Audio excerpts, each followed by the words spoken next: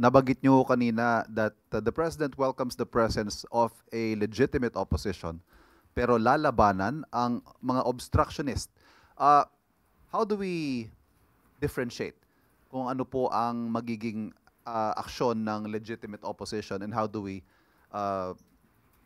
categorize the others na at masabi nating obstructionist? Napakadali pong sagutin yan. Unang-una, pag sinabi natin lehitimong oppositionist, ang ipinaglalaban nila ay ang bansa, ang interes ng taong bayan, hindi ang personal na interes.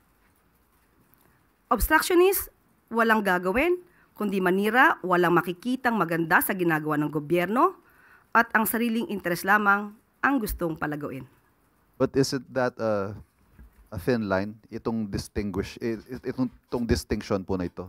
Hindi ko masasabing thin line lang yon. Makikita ang diferensya.